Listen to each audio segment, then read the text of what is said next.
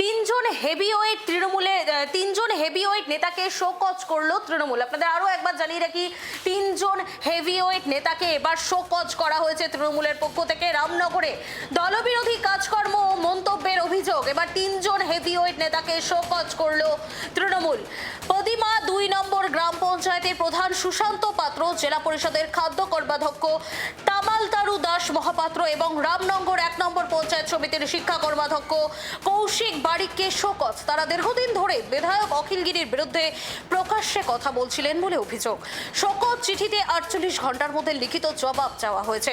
সূত্রবার যেমনটা জানা যাচ্ছে, এরা সবাই উত্তম বারিক ঘনিষ্ঠ ও অখিল গিরি বিরোধী গোষ্ঠীর নেতা। এই ঘটনাকে কেন্দ্র করে ফের সামনে এলো পূর্ব মেদিনীপুরে তৃণমূলের গোষ্ঠীদ্বন্দ্ব। আমরা বলবো আমরা তৃণমূল কংগ্রেস করি, আমরা মমতা ব্যানার্জি দল করি, আমরা অভিষেক ব্যানার্জি দল করি। আমাদের নেতানেত্রী ওনাদের নির্দেশে আমরা কার্যক্রম করবো। যে দল যে নির্দেশ দিবে আমাদের সেই নির্দেশনা আমরা কাটবো। আমি কর্মীদের বলবো সবাইকে সংঘবদ্ধ থাকতে, ঐক্যবদ্ধ থাকতে, বিজেপির বিরুদ্ধে লড়াই করতে হবে। অ্যাকচুয়ালি রামনগরের মানুষকে সম্মান দেওয়া হচ্ছে না, রামনগরের কর্মীদের যথেষ্ট সম্মান দেওয়া হচ্ছে না। আমাদের যেসব নেতারা নেতৃত্ব দিচ্ছেন বড্ড বেশি অহংয়ে আচ্ছন্ন হয়ে পড়েছেন। আমাদের এটাই মূল প্রতিবাদ। আমরা কোনো অহংকারী মানুষের সঙ্গে থাকবো না। আমরা কিন্তু রামনগরের মানুষের বিরোধিতা করছি না।